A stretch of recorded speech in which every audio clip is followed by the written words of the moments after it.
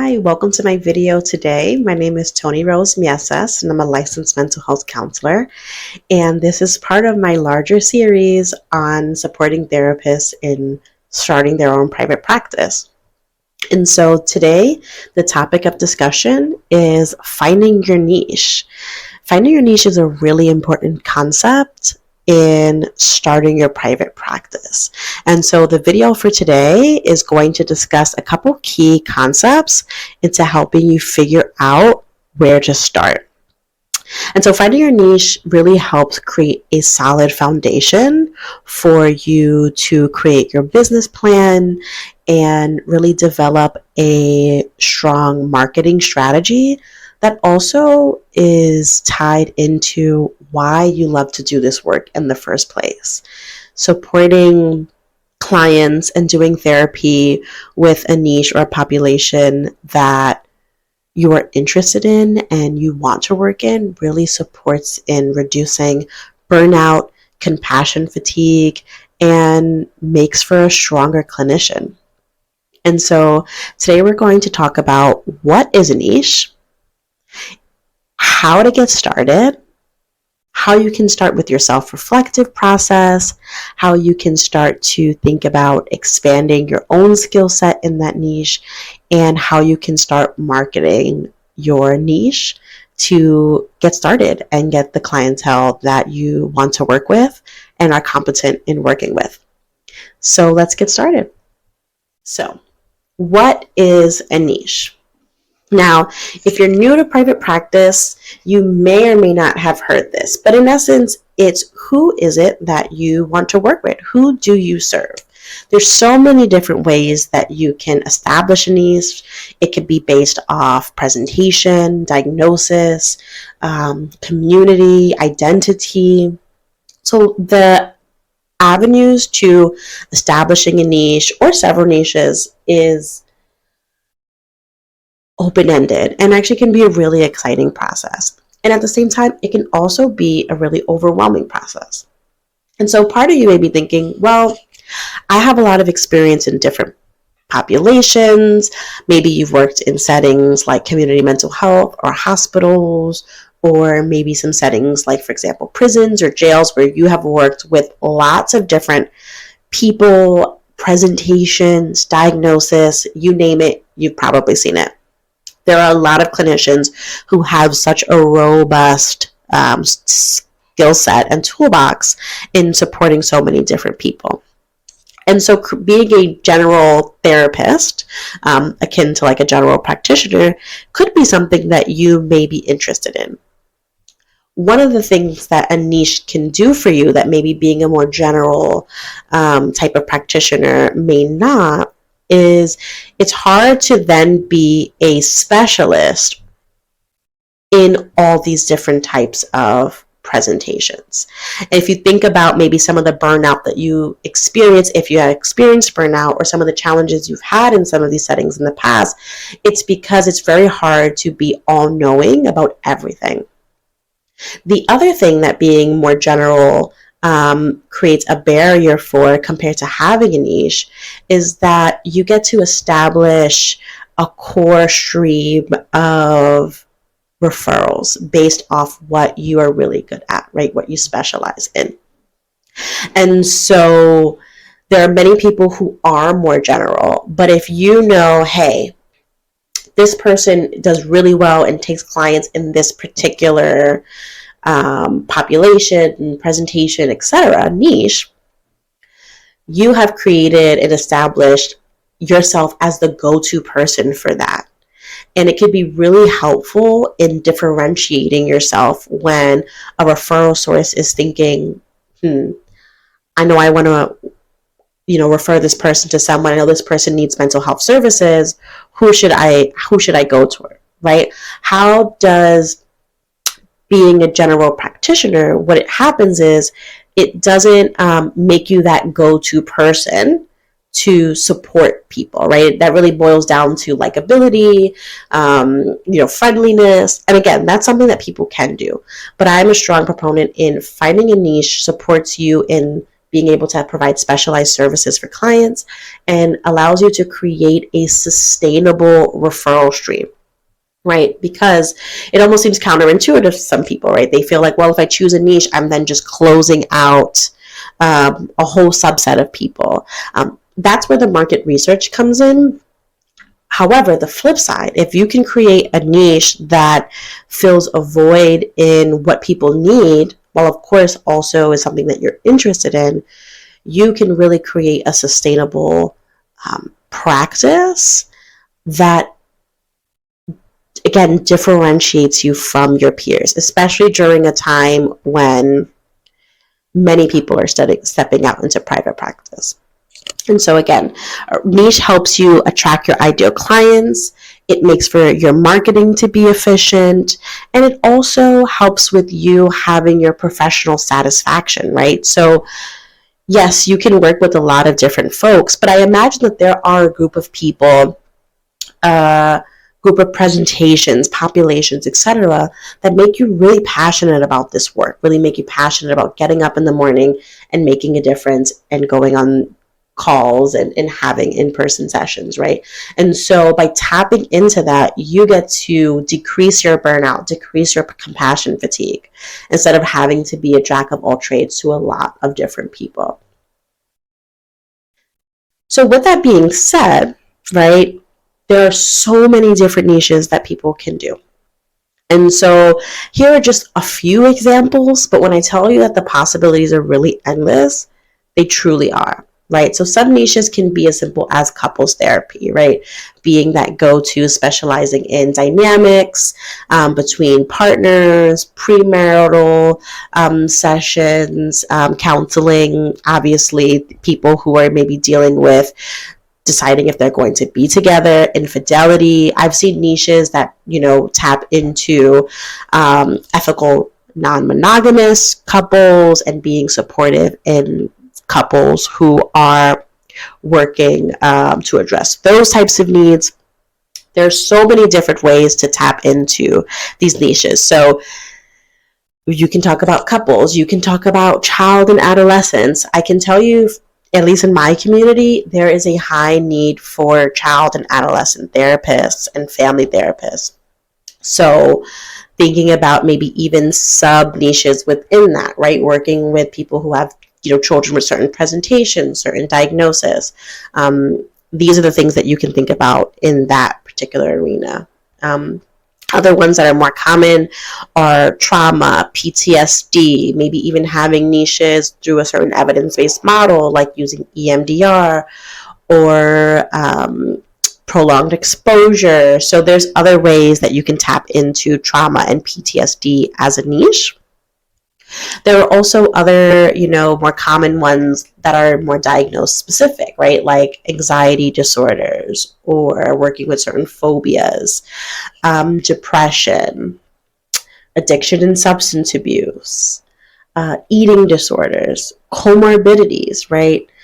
Another common niche that we see are folks working with certain identities like LGBTQIA plus identities, or working with people who come from, certain countries or have certain backgrounds. So these are all different niches that you can tap into.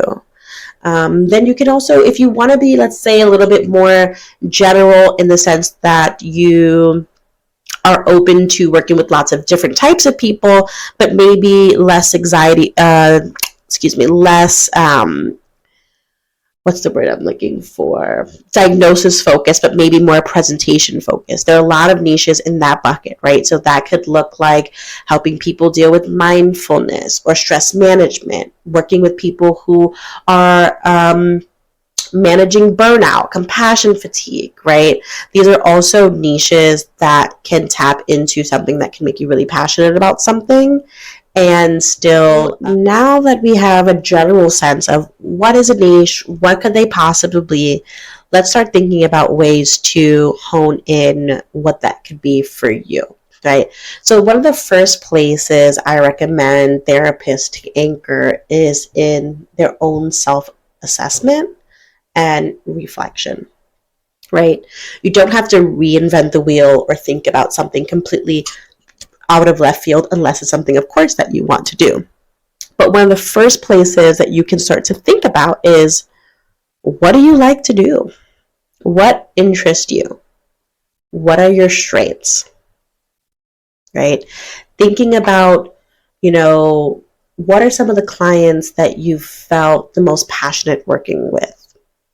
The ones that really sit with you when you think about, wow, this is why I love to do this work. Thinking about topics that you feel, there's just certain things that I'm in my bag about. Like, I know exactly how I can talk about this, how I can address this. I can create a treatment plan in my sleep around this topic. What are your strengths and what are your interests, right?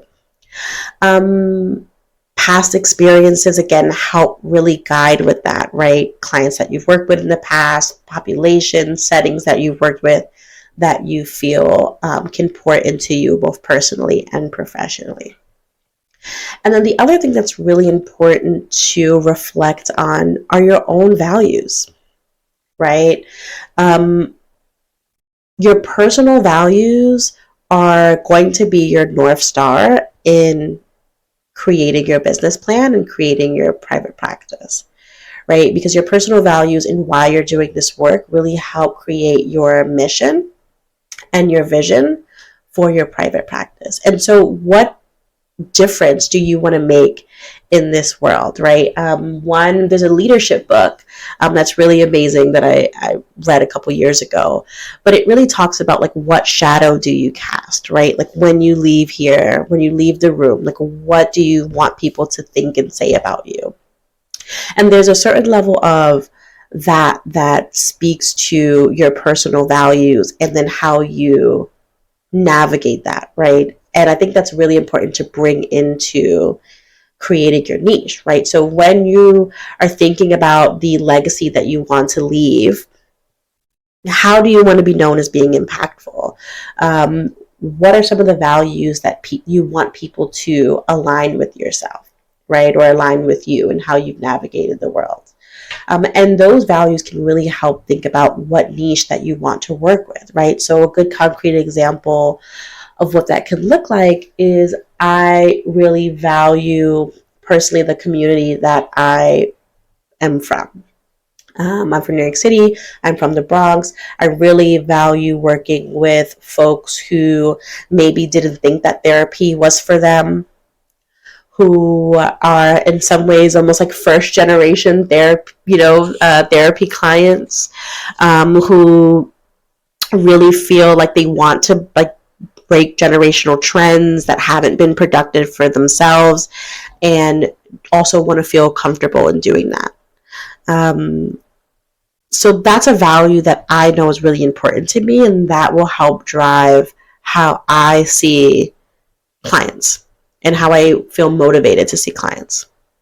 And so tapping into that, right, your interest, your strengths, your past experiences, your own values will really help think about, okay, these are the list of people, clients, population that I think that could be my niche, and take you to the next step. Let's think about the next step, which is doing your market research. So for those who are not really sure what this is, right? So marketing research is in essence saying, okay, so I'm thinking about testing these things. I'm thinking about working with these populations.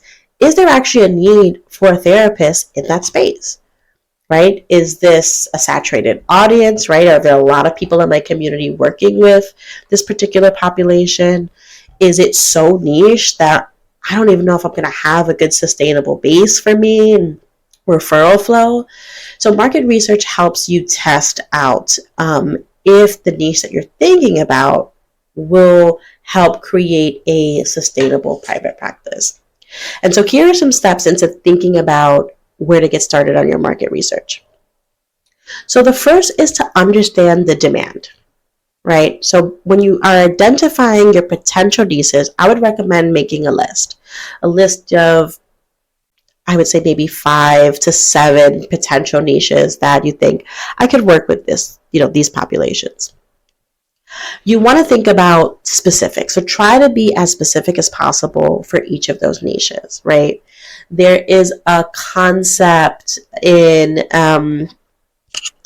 just marketing in general about creating like a consumer profile, right?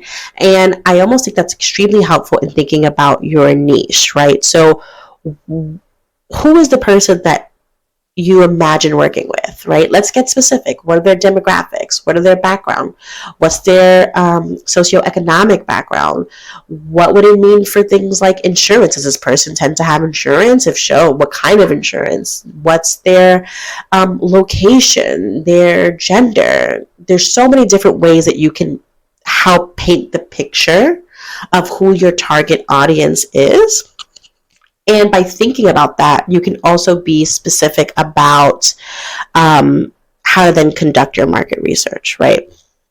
Another way to do this, and I would say your next step would be a competitors analysis, right? So going onto Google and saying, okay, say for example, I want to work with therapists. That's my particular niche that I work with. So therapy for therapists.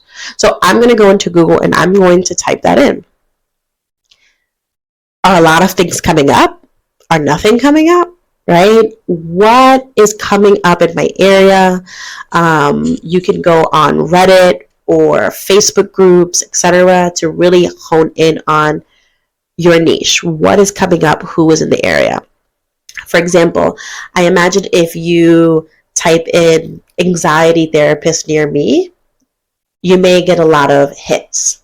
But if you start to be more specific about, maybe anxiety using, let's say, exposure, right? Now you may start to drill in a little bit further on practices in this area. So that's one way you can start to, pick up and see, okay, is this a niche that is needed?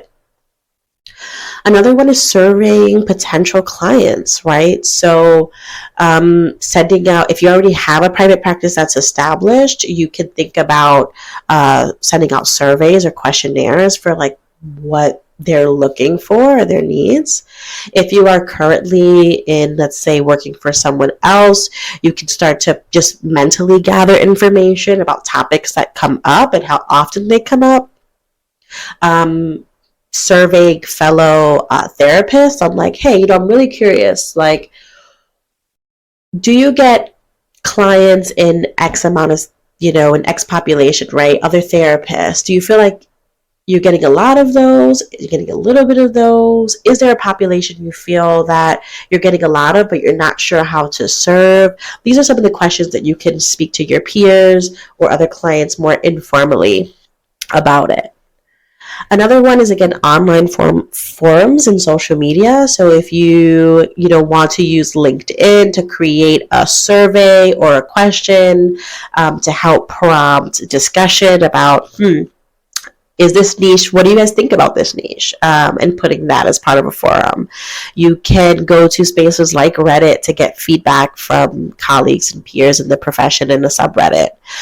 These are different places that you can, again, test this idea and start to hear from other professionals what they think about this. And another one that's really important is local community engagement, right? So another way of tapping into a potential niche is really thinking about, okay, so I wonder like what psychiatrists are seeing. I wonder what college counseling centers or EAP counselors are seeing, people that have to refer out. I'm wondering what community mental health professionals are seeing when they're looking for referrals, or case managers are looking, or when they're trying to look for someone to refer to, where they're having a hard time referring to, or they're seeing a high demand of. So starting to network with colleagues that are also not therapists that would be potential referral sources in the future can start getting some more information on whether this niche is something that could be helpful. And on a side note, it also helps to set the seeds of creating a network, because your network is going to be extremely important in creating a private practice. And another one, which is also really important, is seeing what the demand is for certain professional developments or training, right? So normally you'll see an increase in certain training, particularly in things like modalities. I know I'm seeing a lot of like IFS trained therapists more so than ever. When I was a student, it was more CBT. Now we're seeing more IFS or ACT.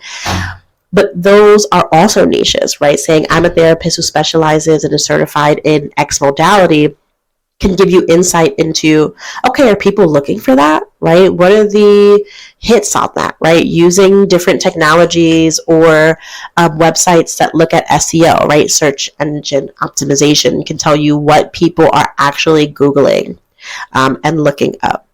So this is a laundry list of things that you can do.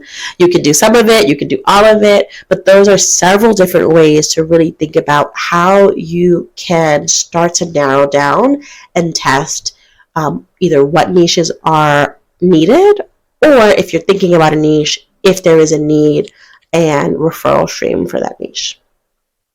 Okay, so up until now, you've established what a niche is overall. You've started to self-reflect to create a list of what your potential niches could be, and you've done your market research on what niches are actually sustainable. So now you're ready to actually get into practical steps to become a specialist in your niche.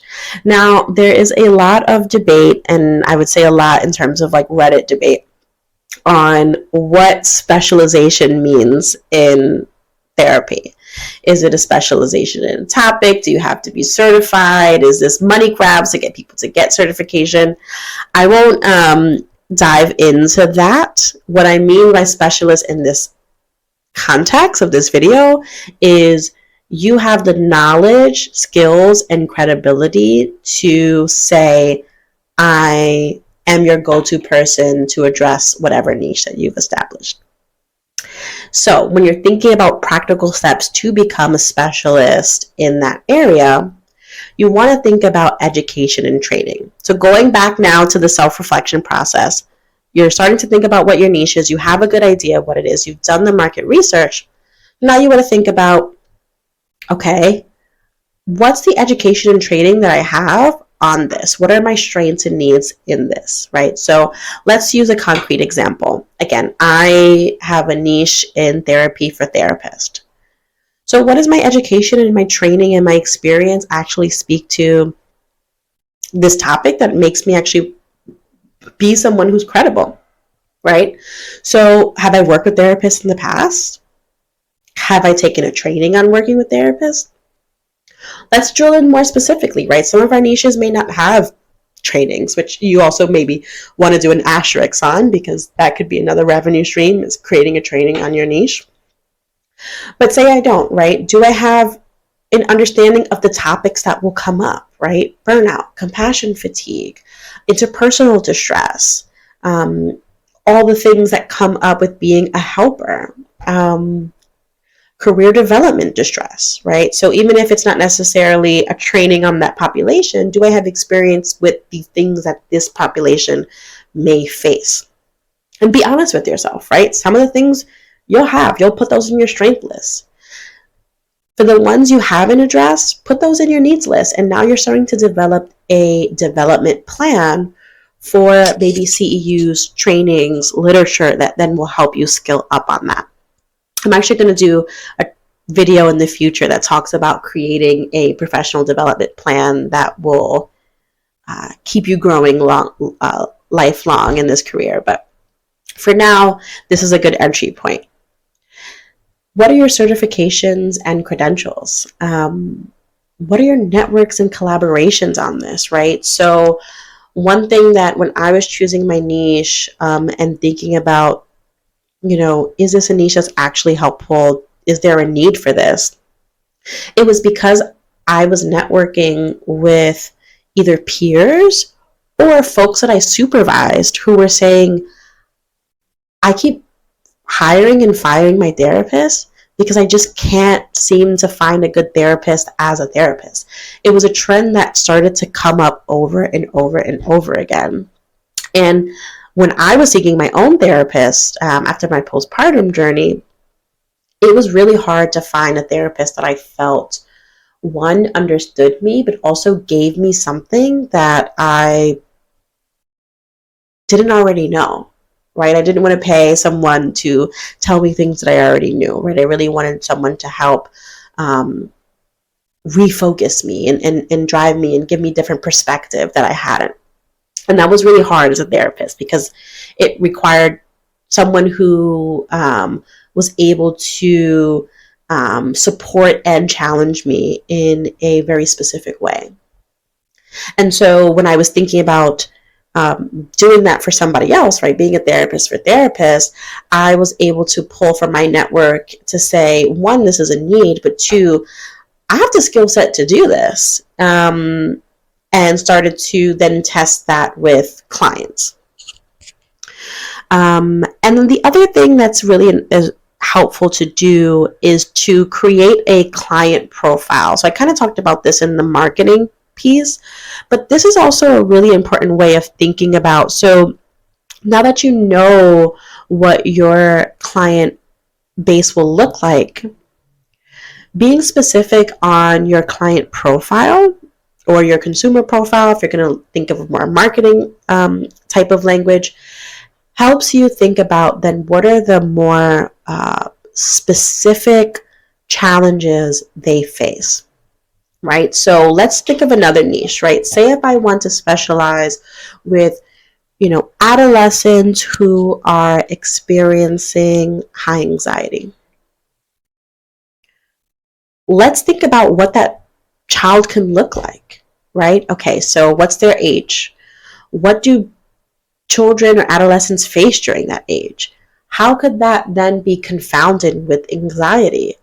And drilling down more specifically into painting the picture of this potential client can help you think about, again, the additional specific skills that you may need to support with this, right? So this could be, okay, well, I've worked with, adolescents in the past, but I didn't do as much family work. And thinking about this particular client, I may have to work on my, skills talking to parents about anxiety, or thinking about how I can make sure that I have a range of tools for maybe children who, maybe aren't big writers. Maybe they prefer to be drawers. Maybe they prefer to do more physical outlets, right? So thinking about all those different things can help you figure out, okay, maybe I want to do more add a psychodrama class for children into my toolbox, right? For my, anxiety clients who really struggle with language and putting words to what their experience is. And so that's just a way to kind of, again, really fine tune your CE and specialization strategy for your niche. So that way, when people are saying, when they go back to, let's say, their general practitioner who referred them to you, and your GP says, well, how's therapy going? And the parent is like, she was really different. She really used something that the other therapists hadn't done. So much of them wanted to do X, but she was doing Y and she was doing Z. And, I really feel part of the process. I really feel engaged, etc. That then goes to your referral source to say, okay, I'm going to keep referring to this person because clearly they know their stuff. And so I can't stress enough how important it is, once you identify what your niche is, to really hone in on the skill sets that can help you then continue to be that go-to person, right? So once you choose your niche, you really have to hone in on those skill sets. The final step is the marketing. Now, depending on your experience, marketing can be extremely fun or it can be extremely daunting. Part of the reasons, this is a bit of a tangent, but part of the reason why I actually wanted to create content on starting a private practice is because I felt very confident in my clinical abilities, but starting a business is a whole new skill set. that I just didn't have any personal experience on. And marketing is one of those, right? It seems like this big concept. And this is also, again, why I really encourage people to have a niche, because it helps give direction on how you want to market. So some of the things I want you to think about once you start to establish your niche is then, of course, how you want to market it. And the first thing you want to think about is your brand. Right? So I can do a whole video, and maybe I will. If people are interested, you can leave that in the comments about how to create a brand based off your niche. But you want to think about, okay, so if I'm going to be the therapist for therapist, right? Like using my niche as an example, how do I create a brand that makes people associate that with me? How does that play into the logo that I have, my website development, right? Things like that. And so working with someone who is aware of this, or using websites like Canva to help see what's out there, can really help support you in figuring out how you want to start your branding. Other things that go into branding that I just didn't even think about are color schemes, fonts, right? You want continuity between all these things. They have to resonate with you as a person, but also your clientele. But thinking about how you want to brand yourself around this niche can really be helpful. This is going to be a little bit of a cop-out answer, but I will say it's really helpful to think about where you want to get started. Thinking about how you can use AI and ChatGPT to brand and start that process, especially if it's something that's really new for you, can be a great Kickstarter into feeling like, okay, I can get started on this. The other thing that is really important when you're marketing is creating an online presence. So as we talked about earlier in the video, you've started to network, you're looking at peers, colleagues, clients, colleagues in the community who could potentially be referrals, but then where do they go, right? How do they know that you're a credible source? One way to do that is creating an online presence. Now, it could be as simple as a website, right? There are a lot of different ways to get started on websites, like Squarespace as one that I use, but there are a lot of different other ways to do it. You can hire someone to do this for you. But creating a website, potentially social media, depending on your clientele, right? Having a social media presence could be something that is important to your clientele.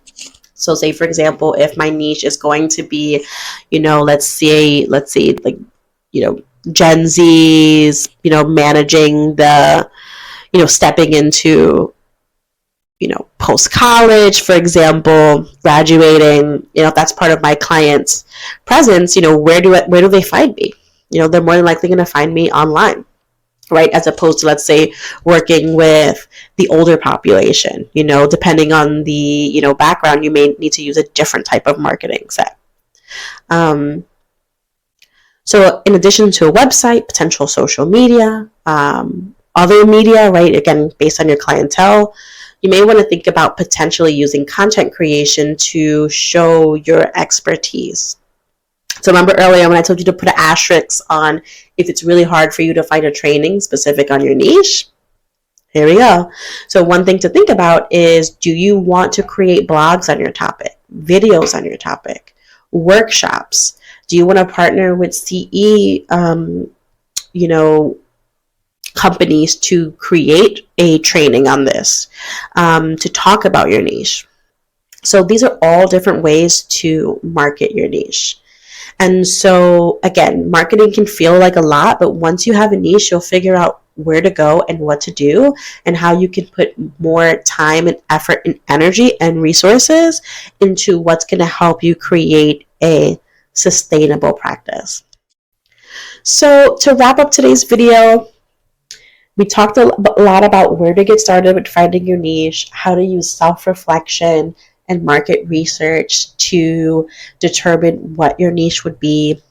We talked about starting a development plan to help you become the go-to specialist and ways to market what you do. These are really great foundational steps that, though may seem new depending on where your background is, are doable.